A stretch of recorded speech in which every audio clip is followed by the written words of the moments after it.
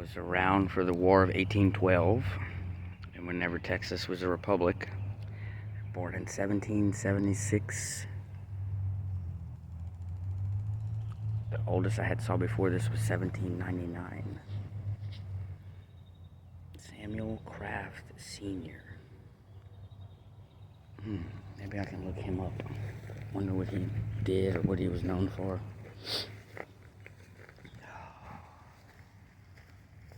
I don't know why. This stuff, it's like so interesting to me. This person is safe in the arms of Jesus. 1911. I wonder if Samuel is going to be the person born the longest ago that's in this graveyard. It's like, I wonder what their lives were like. Like what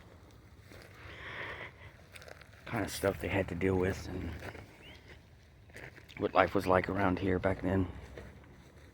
Especially 1776, that's crazy. Declaration of Independence wasn't even signed yet.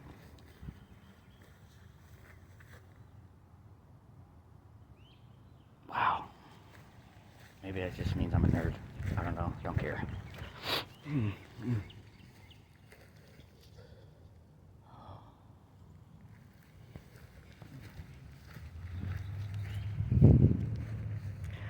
Driven to past other cemeteries, graveyards before, and I was like, I want to go check it out. It looks old, and then I just never do it. So I guess maybe that's something I can do differently now. Just do the simple things that I want to do instead of making excuses. Start with the simple things and then work my way up to the more complicated or harder things to do, like, go back to school, find a career that's not dependent on oil. I don't know. Make something in my life at 41.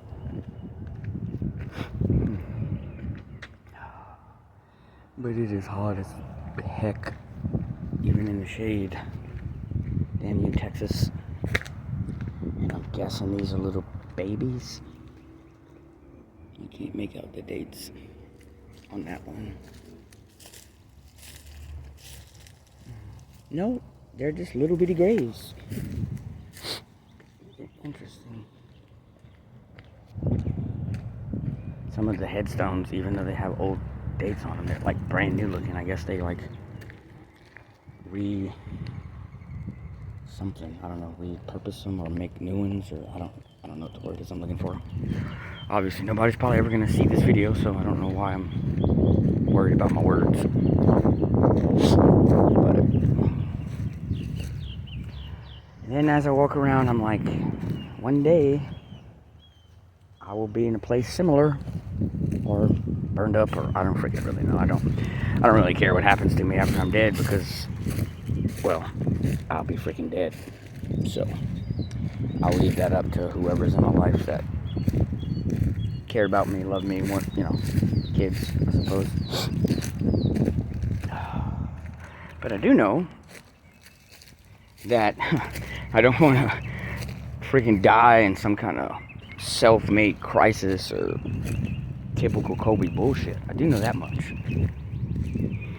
Whether it be old age or some disease I didn't know I had because I didn't take care of myself. I'm even okay with that. I don't want to end up in a lake or wrecked or killing myself and other people or any of that silliness. And I'm gonna guess this is no, that's not a little baby either. That's just somebody who must have a lot of people that love her.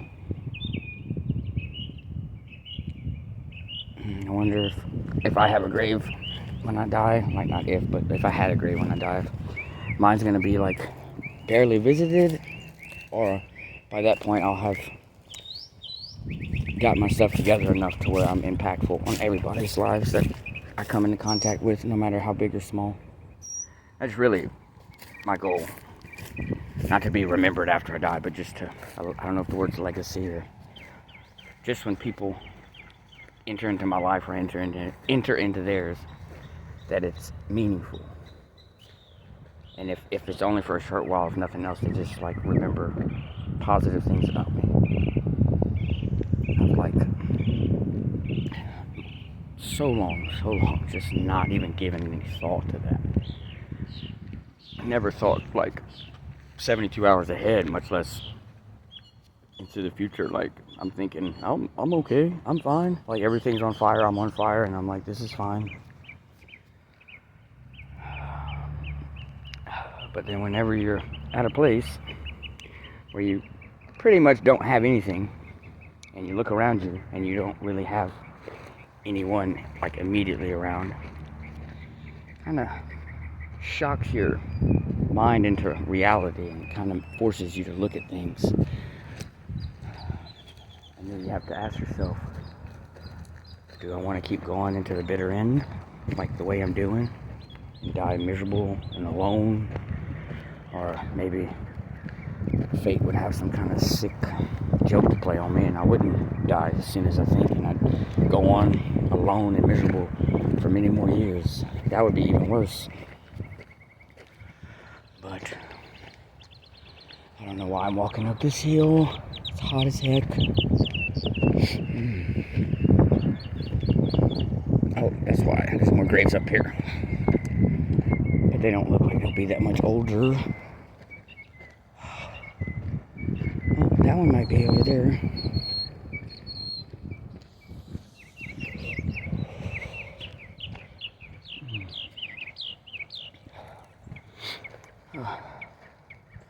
Oh, wow. Yeah, it's pretty hot. I'm glad I didn't get up and start weed eating this morning. I probably would be passed out by the lake somewhere,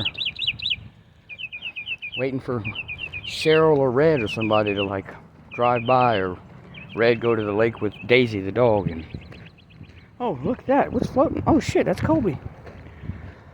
Because I'm kind of hard-headed when it comes to working into the heat. I don't really stop and take breaks like a normal person. Not because I'm full of myself or anything, I just don't think about it. Oh. Let's see. Oh. Nope, I think 1776, Mr. Samuel Craft will be the winner of the person born the longest time ago. But it still is interesting. 1833, 1856. But then look at that. Like, that's not a bad view, right? Look about that house up there. That's the kind of goal I would like to set for myself going forward. I don't know how much work or what I'll have to do to make it happen. But I know if I'm shooting up and showing up and come with the willingness, God will provide the rest. I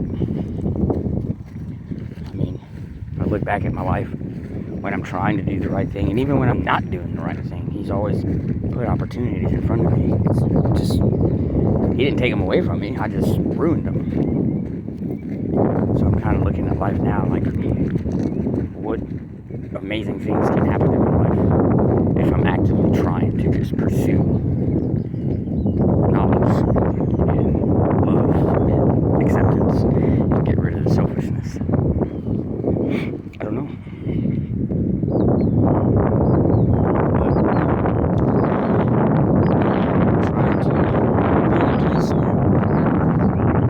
I can be okay regardless of circumstance, regardless of what's going on outside of me. Like, I can find that place to go meet God and just be with Him and just know that He got my back, that He loves me, and that I'm gonna be okay. I don't have to go get drunk.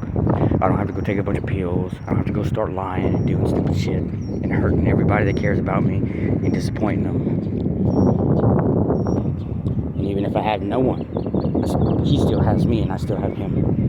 And I can always go to that place inside, regardless, job or no job, or girlfriend, no girlfriend, no matter what. And I truly believe that today. And I think that's what's keeping me motivated and going. And I know anybody listening to this or whatever would think, oh yeah, I've heard something similar. And that's partially true. But it's partially untrue. Because there's anybody that would have paid attention to me, let's just say in the past few years, just by my brief amount of time with the actions I've been taking and the choices I've made, and even the words I'm using. It's not actually the same. I'm not overly, what's the word, bombastic or egotistical or whatever. And I'm not setting out to get my own selfish needs met. Right now, I'm just taking it one day at a time, just doing what's in front of me. And I hate that saying. I freaking hate one day at a time. Let go and let God. All those little cliche sayings, I hate them. I don't really hate them. I just, I don't know. I wish there was other ways to say the same exact thing, so that way I didn't sound like some poster at a treatment center or at an AA meeting. But it is what it is. I mean, the whole thing about getting sober is letting go of what I want, letting go of my fear, letting go of my resentment, letting go of my insecurities, letting go of all these things, and trusting that God's gonna come in and do what He does to get rid of all that, cast it aside, and replace it with something better, something that can help me live a good life, is sustainable and not just pure craziness. But anyway, I think I've sweated enough, so I'm gonna go hop in the car.